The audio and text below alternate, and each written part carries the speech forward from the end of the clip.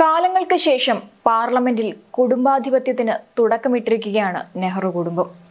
സോണിയാഗാന്ധി രാജ്യസഭയിലും രാഹുൽ ഗാന്ധിയും പ്രിയങ്ക ഗാന്ധിയും ലോക്സഭയിലും കോൺഗ്രസിനെ നയിക്കുമെന്നാണ് കോൺഗ്രസ് നേതൃത്വം വ്യക്തമാക്കുന്നത്.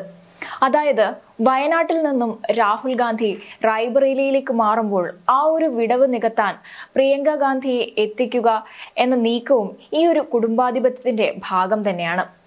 അതായത് ഒരു ഇടവേളയ്ക്ക് ശേഷം വീണ്ടും പാർലമെന്റ് രാഷ്ട്രീയത്തിലും നെഹ്റു കുടുംബത്തിന്റെ കുടുംബാധിപത്യമാണ് എന്ന് വ്യക്തമാവുകയാണ്.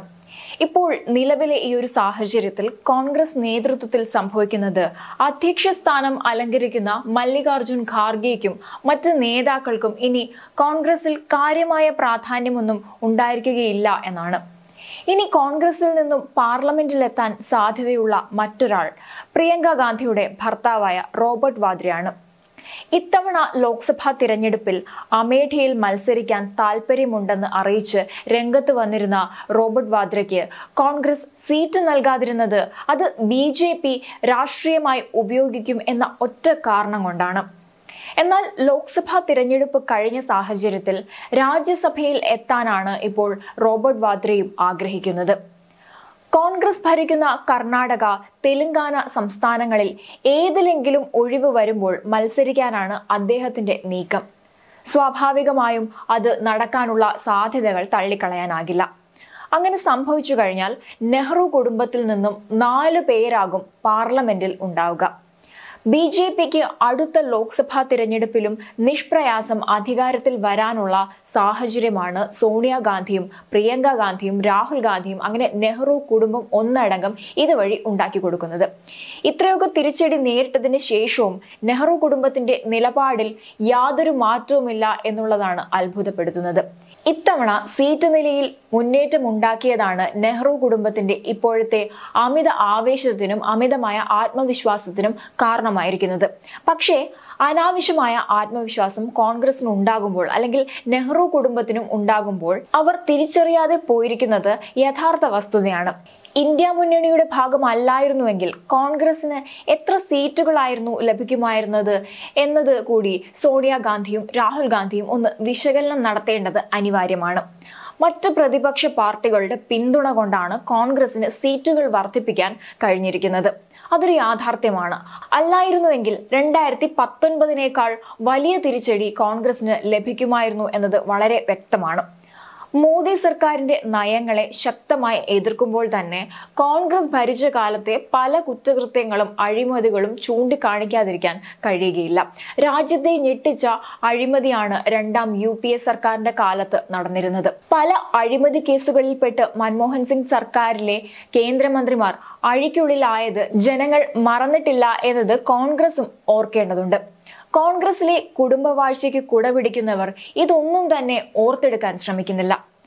സകല മേഖലകളിലും അഴിമതി പടർന്ന ഒരു സർക്കാരിനെയാണ് മൻമോഹൻ സിംഗ് നയിച്ചിരുന്നത് എന്ന ആരോപണം ശക്തമായി തന്നെ നിലനിന്നിരുന്നു. പ്രധാനമന്ത്രി സ്ഥാനത്ത് മൻമോഹൻ സിംഗ് ആയിരുന്നുവെങ്കിലും അക്കാലത്ത് പിൻസീറ്റ് ഡ്രൈവ് നടത്തിയിരുന്നത് സോണിയാഗാന്ധിയുടെ കുടുംബമായിരുന്നു എന്ന ആക്ഷേപം വലിയ രീതിയിൽ ഉയർന്നു കേട്ടിരുന്ന ഒരു കാലഘട്ടമുണ്ടായിരുന്നു. അന്ന് നടത്തിയ നിരവധി അഴിമതികളിൽപ്പെട്ടാണ് റോബർട്ട് വാദ്ര എന്ന പ്രിയങ്ക ഗാന്ധിയുടെ ഭർത്താവും അഴിമതി കേസിൽ പ്രതിയായിരുന്നത്. ആ കേസുകൾ ഇപ്പോഴും നിലനിൽക്കുന്നുണ്ട് എന്നതും ഒരു വസ്തുതയാണ്. ഇത്തരം കാര്യങ്ങൾ എല്ലാം തന്നെ വീണ്ടും ജനങ്ങളും BJPയും ചർച്ച ചെയ്യാനും വിമർശിക്കാനുമുള്ള ഒരു സാഹചര്യമാണ് ഇപ്പോൾ നെഹ്റു കുടുംബം തന്നെ ഒരുക്കി കൊടുത്തിരിക്കുന്നത്. കോൺഗ്രസിലെ കുടുംബാധിപത്യം പൂർവാധികം ശക്തമായി തിരിച്ചു വരുന്നു എന്ന പ്രചരണം കോൺഗ്രസിന്റെ സകല സാധ്യതകൾക്കും പല നിർണായക നീക്കങ്ങൾക്കും ഇനിയും തിരിച്ചടിയാകും.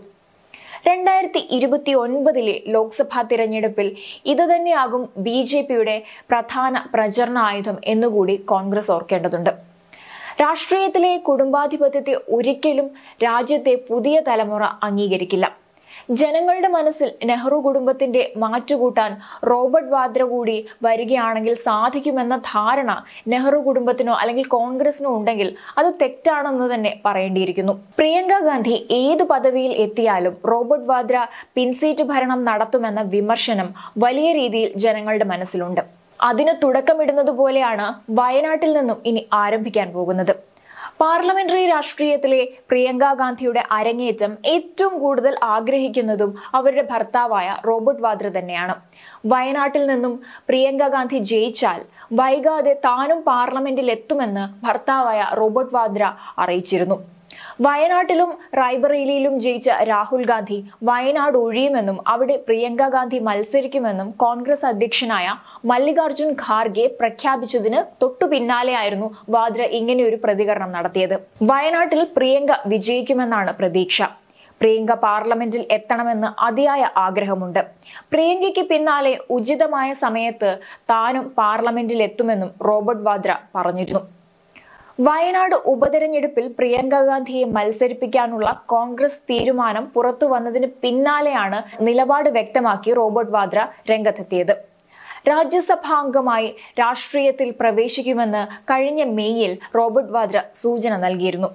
ലോക്സഭാ തിരഞ്ഞെടുപ്പ് വേളയിൽ അമേഠിയിൽ മത്സരിക്കാനുള്ള താല്പര്യവും അദ്ദേഹം പരസ്യമായി തന്നെ പറഞ്ഞതുമാണ്. റോബർട്ട് വാദ്രയ്ക്കായി അമേഠിയിലെ പലയിടങ്ങളിലും പോസ്റ്ററുകളും പ്രത്യക്ഷപ്പെട്ടിരുന്നു. ഇപ്പോഴിതാ റോബർട്ട് വാദ്ര കൂടി പാർലമെന്റിൽ എത്തുകയാണെങ്കിൽ തീർച്ചയായും കുടുംബാധിപത്യമെന്ന വിമർശനം ജനങ്ങൾക്കിടയിൽ ഉണ്ടാകും.